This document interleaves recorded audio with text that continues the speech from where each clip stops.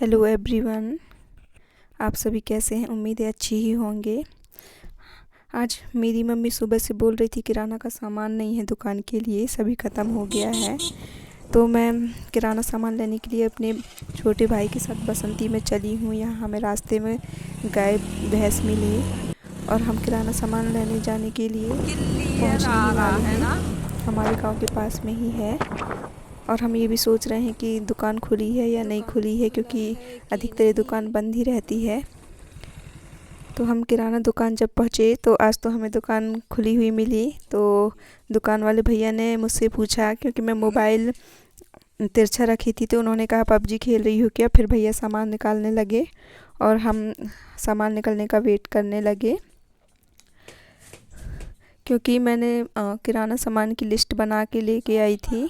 उतने में एक अम्मा आ जाती है, वो कुछ सामान वापस करने आती है, क्योंकि उन्हें वो सामान नहीं चाहिए रहता है। तो हमें भी याद आता है कि हमें भी वैसे ही कुछ सामान लेना था, क्योंकि मुझे अभी घर में उस चीज़ की ज़रूरत है। तो अम्मा ने वो सामान रख के भैया का वेट करने लगी और हम भी सोचने लगे कि क्यों ना हम भी ले लें वो सामान।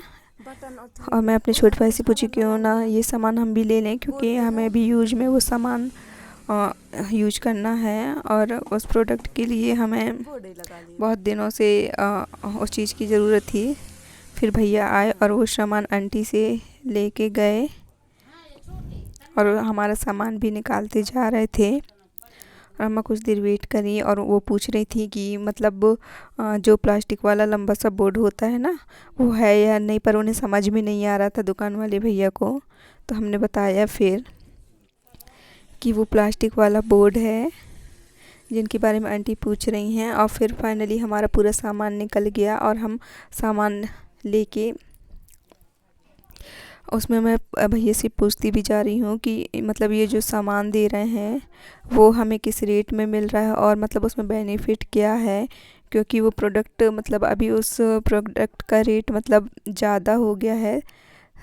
तो मैं कंफ्यूज़न में थी कि हमें उसी रेट पे उस चीज़ को सेल करना है या उसी रेट पे सेल करना है। तो भैया ने बताया कि नहीं, उसके रेट बढ़ गए हैं, तो उसे थोड़ा 10-5 रुपये और आगे बढ़ा के उसको बेचना है। फिर हमारा पूरा सामान पैक हो गया, तो हम भी अब पूरा सामान लेके अपने थैले में भर लिए। और मैं वेट कर रही हूँ कि 2-4 सामान और हैं जो मतलब मैं रख लेती। पूरा सामान पैक होने के बाद अब हम घर जाने के लिए निकल रहे हैं।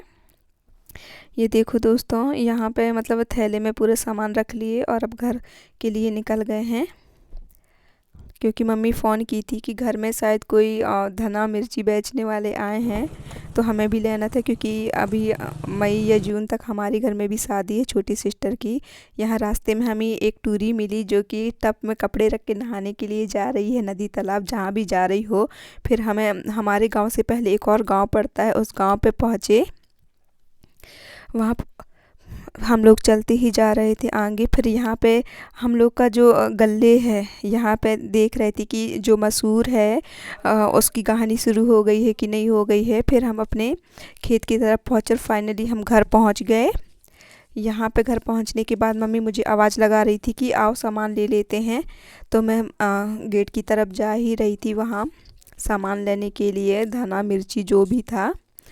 तो वहाँ पे मम्मी भैया से बात कर रही थी कि मतलब कैसे दिए, और धीरे धीरे अड़ोसी पड़ोसी सभी इकट्ठे हो गए, क्योंकि उन्हें भी लेना था। और मम्मी को किसी ने आवाज़ लगाया तो वो बाहर निकल के देख रही हैं, क्योंकि आज हमारे गांव में 10 गात्र का कार्यक्रम है।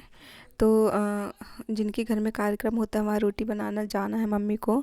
तो वो भी निकल के देख रही हैं कि कौन है। और मेरा भाई भी वहीं खाना बनाने जाने के लिए नहा धो के रेडी हो गया है। मैं भी देखने के लिए बाहर निकल रही हूँ कि मतलब मम्मी जा रही हैं या फिर रुक रही हैं देखने के लिए। तो वहाँ पे मम्मी के साथ के कुछ लोग जा रहे हैं रोटी बनाने के लिए। इसके बाद हम नेक्स्ट ब्लॉग में मिलेंगे दोस्तों। Bye bye.